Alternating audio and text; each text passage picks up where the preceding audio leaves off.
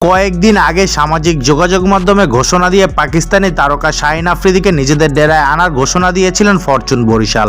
Defending চ্যাম্পিয়নরা আরও একবার বিপিএলে হাজির হয়েছে শক্তিশালী এক দল নিয়ে। তারই সবশেষ সংযোজন ছিল পাকিস্তানের তারকা শাহিন আফ্রিদি।